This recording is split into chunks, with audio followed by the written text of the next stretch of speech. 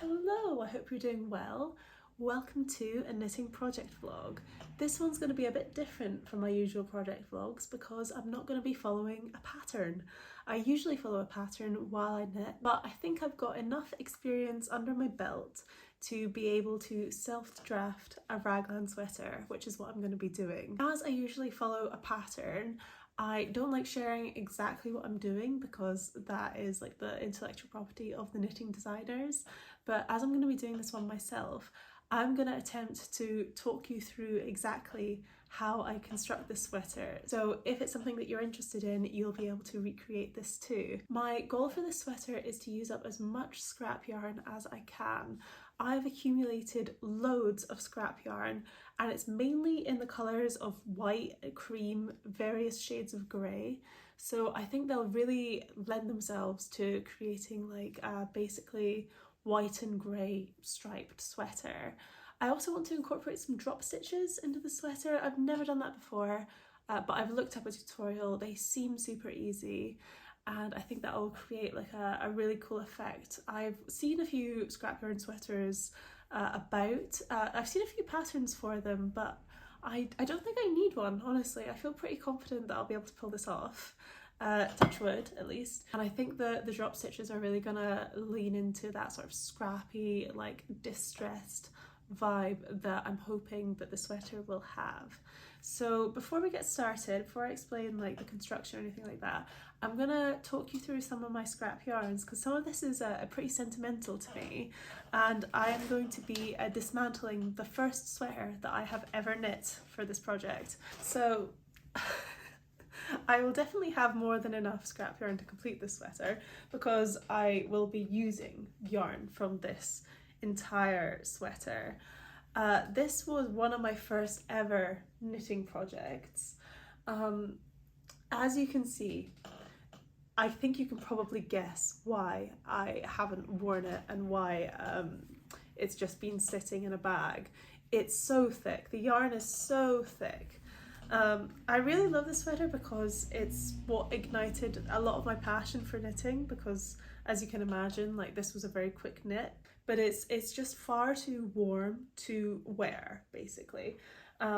So I'm going to frog at least some of this and repurpose the yarn. I'm not going to be using too much yarn from this as well, this sweater is too hot and I don't want to make another sweater that is too hot, but I think if I'm clever about where I distribute this yarn. I'm thinking maybe like just focus it right on the middle of my body. I can make a sweater that is like warm in the right places and also not too bulky because this does not fit under any coat that I own. Actually, I'm going to try it on just before I completely like mutilate it. Oh, that's a horrible word. I don't think this has a front and a back. I don't think I did German short rows. So this yarn is from a brand called Stitch and Story. I can't see anything about them online. I think they may have gone, what they called, gone bust, discontinued, stopped trading. I got this yarn from a local craft store in Glasgow. It's called Cass Art Shop. They don't sell any yarn anymore. This was the only yarn they sold. And it is wool. I know that much. I didn't keep any of the labels, but it is 100% wool. It's a bit itchy, not too itchy. And yeah, here's the fit. Honestly, for my first ever sweater, it isn't that bad. The sleeves are like ridiculously long and I never blocked this. I probably would take about a week to dry if I did. It feels weird around the arms. It's, you know, it's the sort of construction where it's like a front panel, a back panel and the sleeves. So the sleeves are definitely like, you know, a bit of a weird shape and length because I didn't know what I was doing. But yeah, here is my first ever sweater. It actually looks kind of cute on camera. I'll be a bit sad to let this go. Oh yeah, also that's another thing, look how short it is at the back. That's not, you know, can't be having that. If it's cold enough to be wearing this, you can't have that bit of your back out. Anyway, this is a scrap yarn number 1. Right, let's get me back in my little my favourite things in knitwear piece. There's an entire project vlog on this sweater too, actually, if you haven't already seen that. Right, the rest of the yarn. So this is the scraps from that first sweater. Look how thick that is. Isn't that like the thickest yarn? This is probably like, this is bulky. This is probably going to determine what size needles I knit things on, just because this is so thick. In this project bag where I've been collecting my other scraps, we have some more yarn. This is from my first ever project. It was a knitting kit from We Are Knitters, and I knitted a blanket with it. That blanket is still going strong. It did not ignite my desire for knitting because it was a stockinette blanket, so it was a bit of a boring make. But this is also, I think it's Himalayan wool. It smells really good. It's in two colours here. This is more of a beige, this is more of a cream. This is also pretty bulky, but I think it's like normal worsted weight bulky, not super bulky. So we've got those. Then I have got the scraps from my first sweater that is actually wearable. This is King Cole Merino Blend DK Superwash Wool, and this is in the colour Graphite 702. So I've got 1.5 balls of that, maybe a little bit over a half. I'm probably going to hold this double to make it up to the same gauge as the worsted weight yarn, bulky yarn. So we've got a very dark grey. Then we have got the scraps from another sweater. These are the scraps from my Wool and the Gang Little Lies sweater that I finished in September. This is the Wool and the Gang Feeling Good yarn. I really like this yarn, and I really like the sweater that I made with this yarn. It's not very itchy, so I'm going to use this yarn strategically to make sure that it's like around the collar and my neck where I'm most sensitive, and my elbows where I'm also really sensitive to itchy yarn. I've got almost two full skeins of the Ivory White, and then I've got a medium grey and a darker grey. These are a worsted weight yarn as well, so I think that should blend pretty well, at least with this We Are Knitters yarn. As you can see, so this is Wool and the Gang stuff is part alpaca, and this is wool, and you can see the difference in textures. I think that's going to look good. I'm pretty comfy with the idea of different textures. That is actually almost everything, which I think is probably going to be more than enough to make an entire sweater. But I do have some scraps of other white thinner yarns. So this is Drops Fable. This is a fingering weight yarn. This is, I think, wool and polyamide. Yeah, 75% wool, 25% polyamide. This is in the shade Off-White. I've got these two. And I also have a little bit of a Sirdar Cashmere Merino Silk in the shade Water Lily. This is a DK. This is so lovely and soft. And I think if I hold all of these together, these might match up to the rest of them. I also have this, which I'm pretty sure is Drops Flora. This is another fingering weight wool. This is more of a, so these are an off-white, you can see, and then these are a true white. So I might just mash these all together. I also have some Malabrigo lace.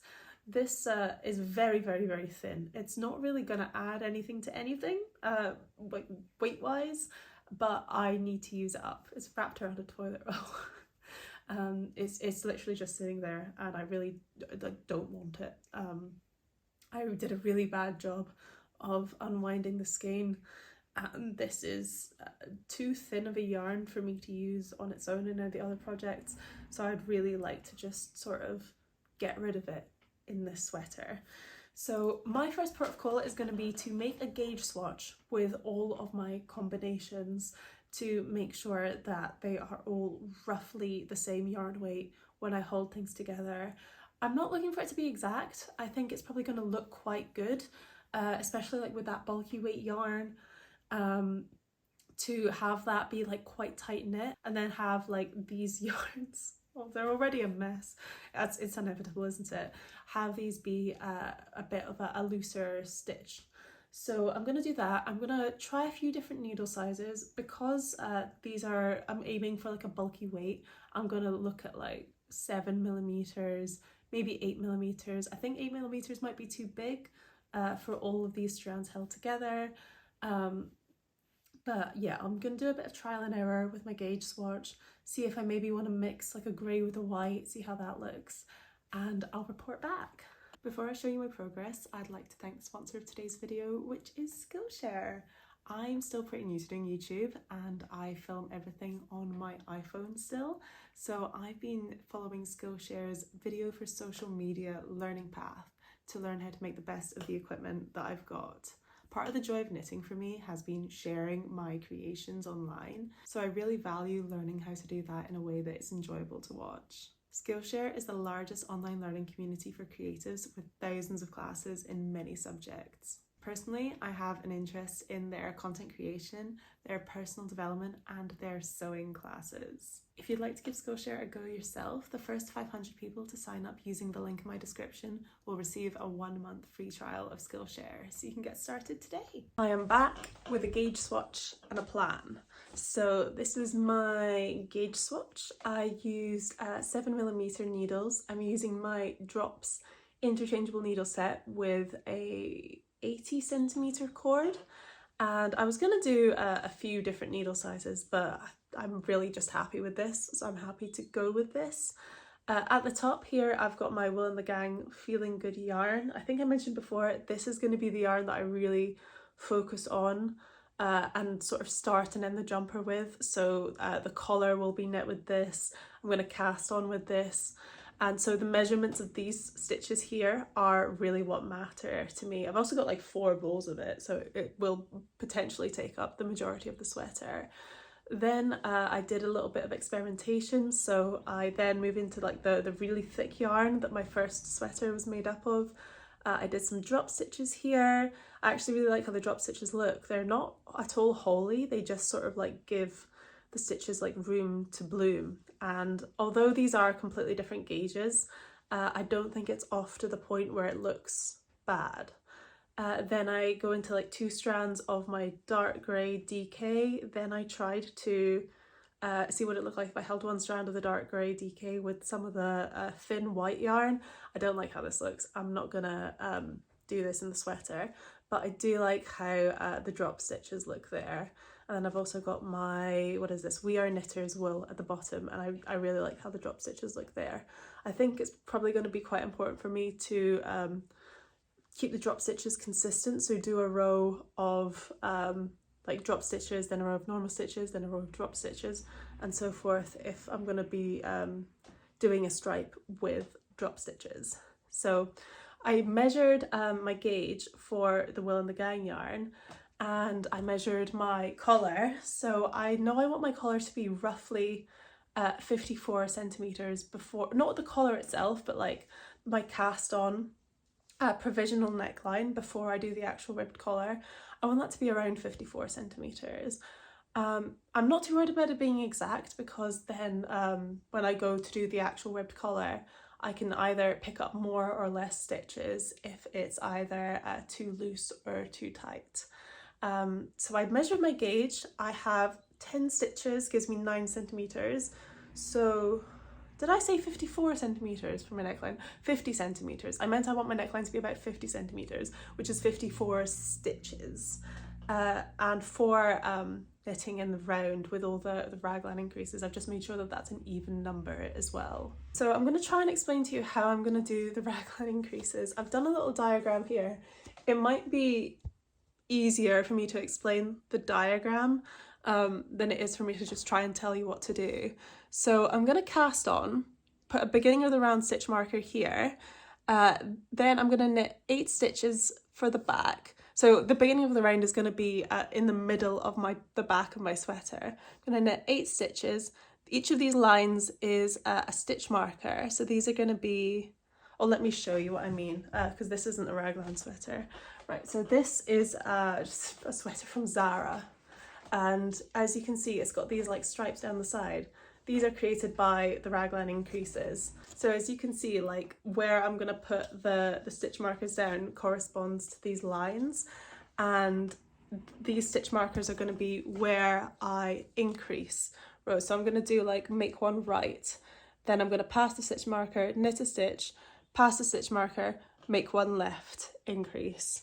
So I've got my numbers here, like I just made sure that they added up to 54 and have the front and the back be the same amount of stitches. So my back has total 16 stitches, my front has total 16 stitches, each of the sleeves has total 9 stitches, and there is 1 stitch in between each of my raglan increases.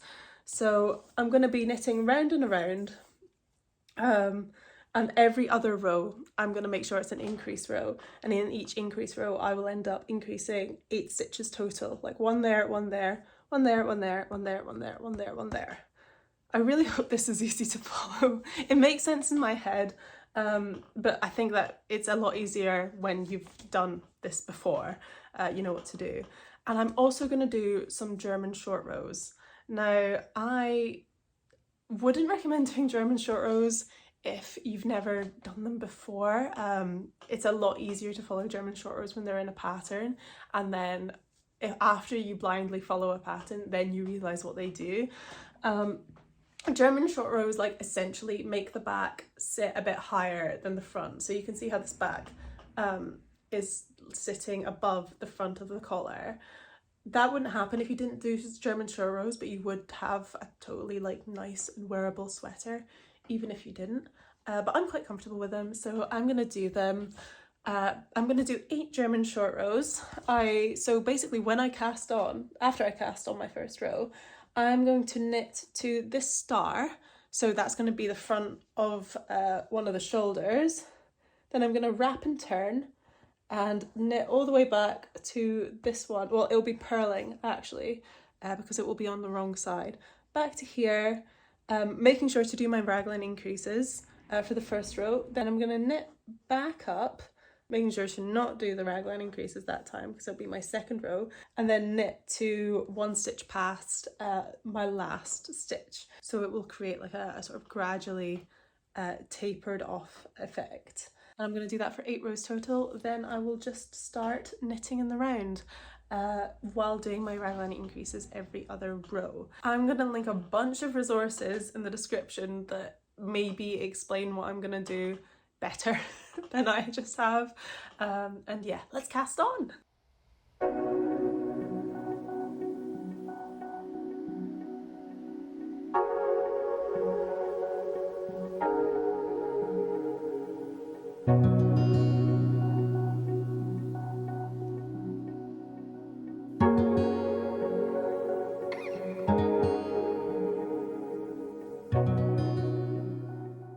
Okay, I've realised that for my German short rows to evenly have raglan increases, I'm going to have to do half of my raglan increases purlwise.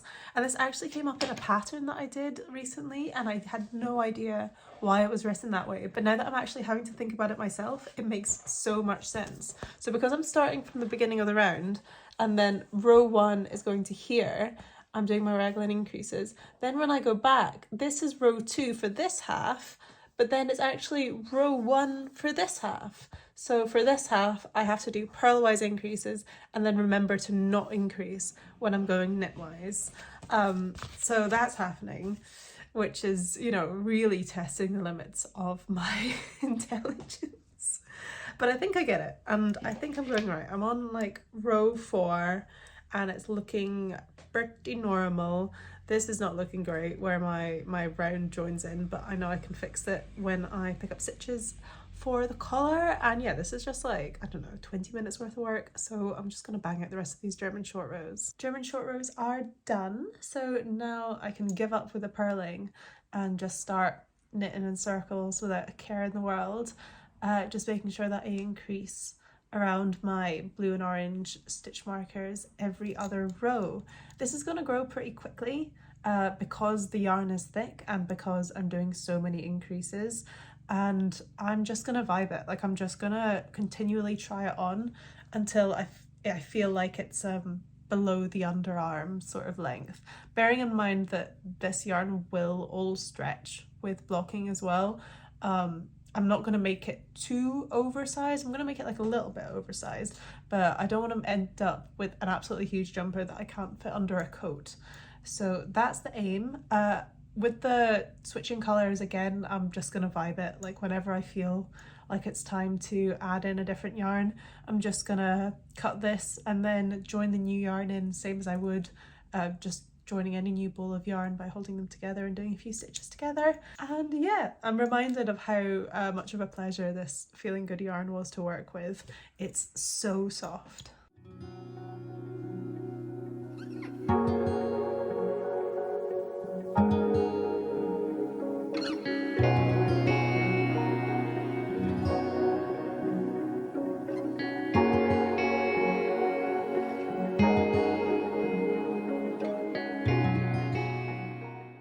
Here is where I am up to. I have just been knitting in the round doing my raglan increases and switching between a few different yarns. I don't know if you can see there, we've got like 4 different scrap yarns going. I've already used up one of my scrap yarns. It was the Seardar Cashmere Merino Silk in Water Lily. That is now completely done, which is great.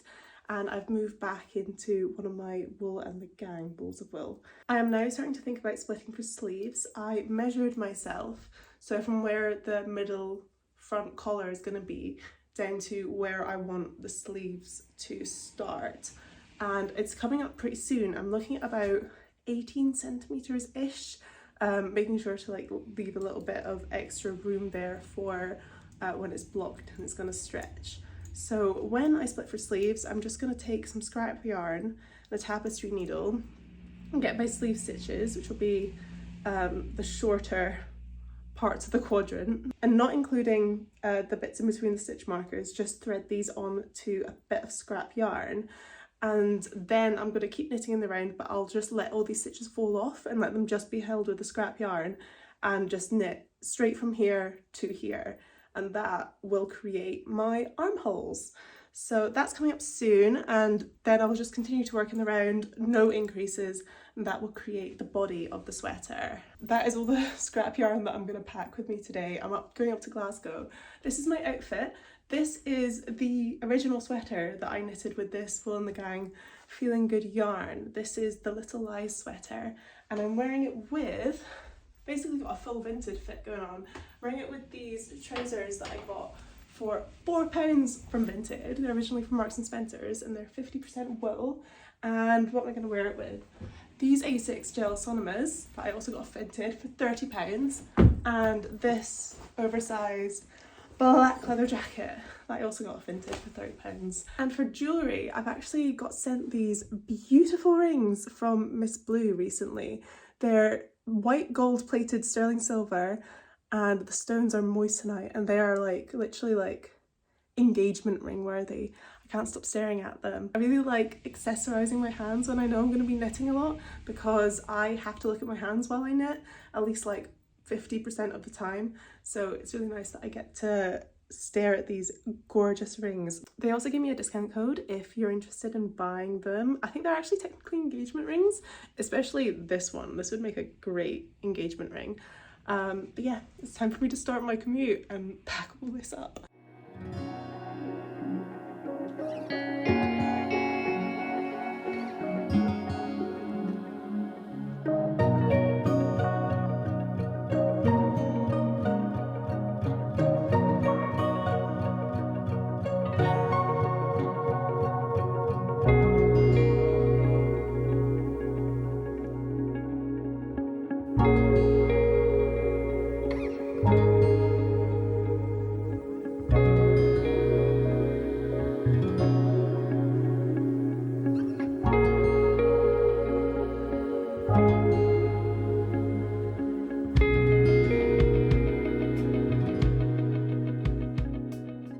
The end of the day now, and this is where I got up to.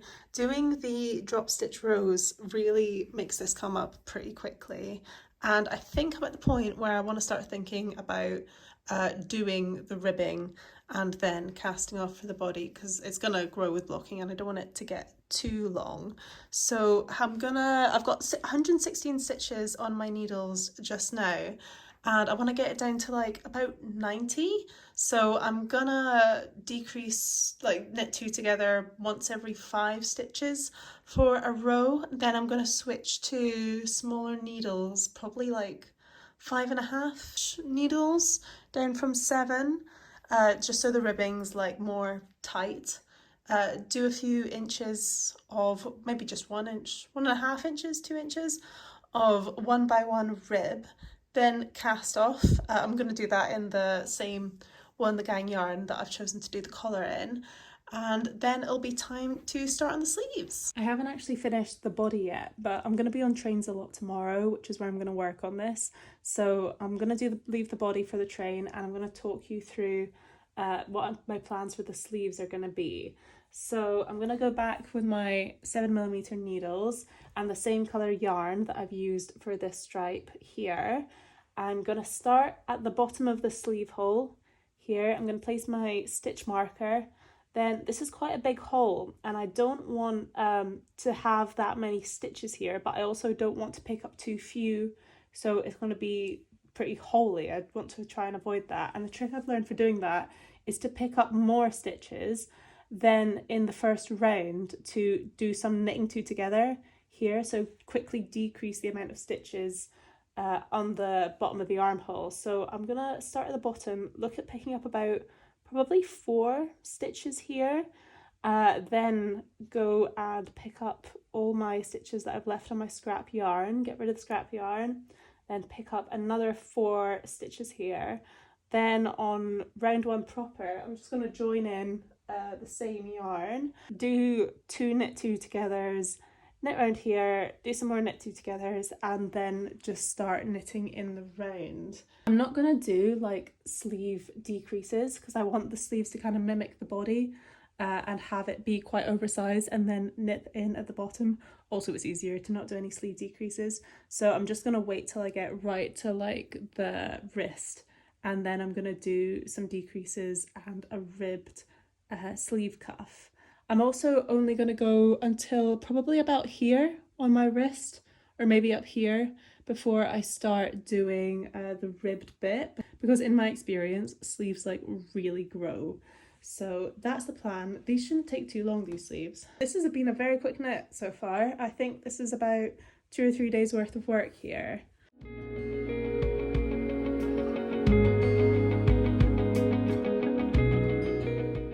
This is where I'm up to. I finished the body today and I'm halfway through one of my sleeves.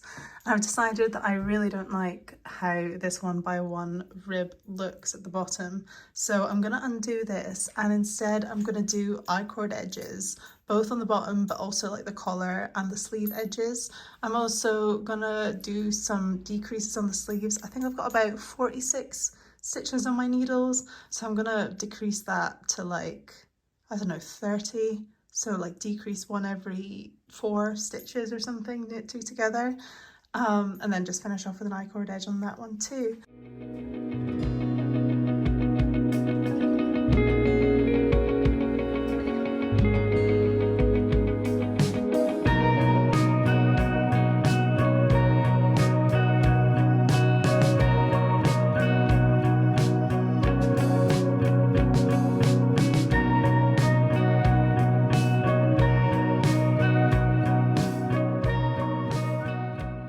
This is where I've got up to. So I took away the white at the bottom, added an I-cord edge.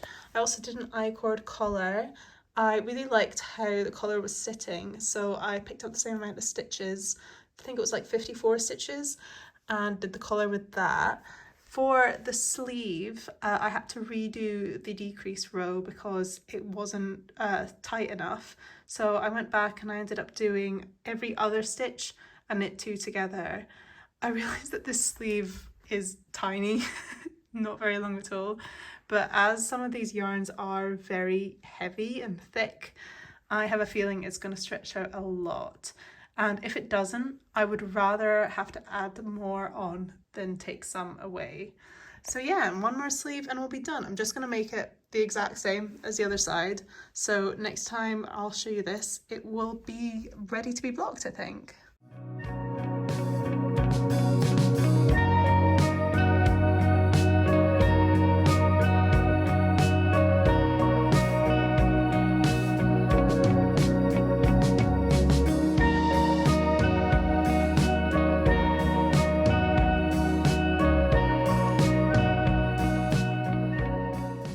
Here's the sweater, she's drying just now. The sleeve length is looking pretty good. I've measured it and stretched it out, and I was gonna leave it till like the final reveal to show you which yarns I still have left, but I really just want to clean all this up now because I just have all this stuff lying here. So I'm going to talk you through what I've got left and what I used up. So this is how much I've got left of the sweater. I really didn't use that much at all, but I used up all the scraps and about half a sleeve as well. So I'm definitely going to have to find some more purposes for this. I'm probably going to make at least one hat out of this and start gifting hats to everyone I know. For the wool and the gang yarn, I have one full ball of it left and a little bit more of the white and a little bit of the dark grey. I used up the entire bowl of the light grey. I used up all of this DK Superwash Merino, and here I used up all of my We Are Knitters wool in the white. I actually didn't touch the beige at all because I thought it was too warm toned for the other colours. Then for my fingering weight and lighter weight yarns, I used them to do the drop stitches here, so it's really nice and open. It's really opened up with blocking. I used up all of my Sarah Cashmere Merino silk, and I unfortunately still have all these little scraps left, so I ended up holding these three together. I didn't touch this ball of Drops Fable because this can probably be a little project in itself. And yeah, I really don't like that these are hanging around, but at least there's less of them. So maybe I can make a matching hat in all these stripes just to finish all this off, all these little scraps. And yeah, I actually used up less of the wool than I expected. I really thought I'd be struggling for yarn, but I'm pretty happy overall.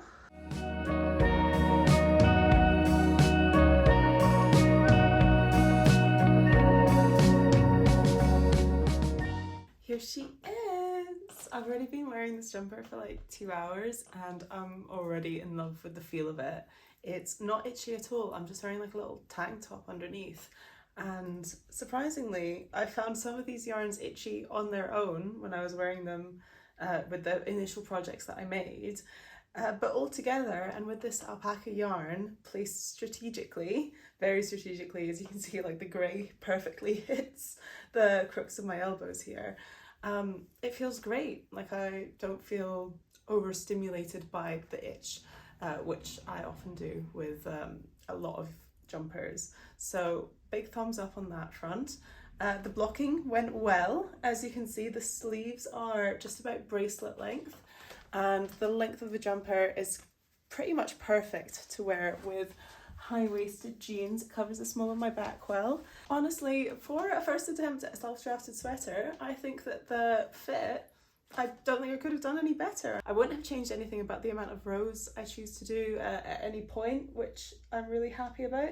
The one criticism I do have is these sleeves, the switch from the smaller yarn into this really bulky yarn, not only this really bulky yarn, but doing drop stitches with this really bulky yarn kind of creates a sort of ballooning shape that I think would have looked a little bit better if it was less severe and if it was more just not drop stitched like it is here in this part of the sweater. So if you're doing this yourself, I'd say unless you're going for this sort of look, to either make sure you're knitting your thickest yarns quite tightly, or you're like gradually building up the weight of the yarn to your thickest yarn if you want to do like drop stitches.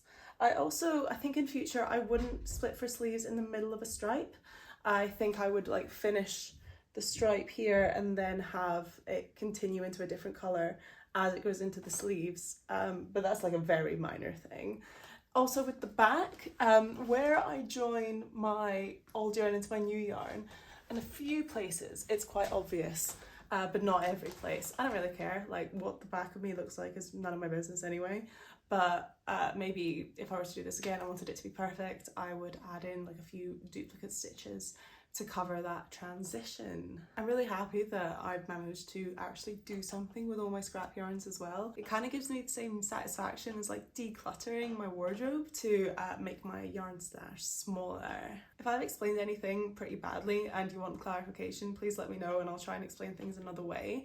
And if you're a beginner and you've watched this whole video and you're like, don't know what's going on, don't know how she made that sweater, I would recommend starting with a free pattern. I found a really good one that's had loads of testing, loads of good reviews. I'm going to pop a link to it in the description.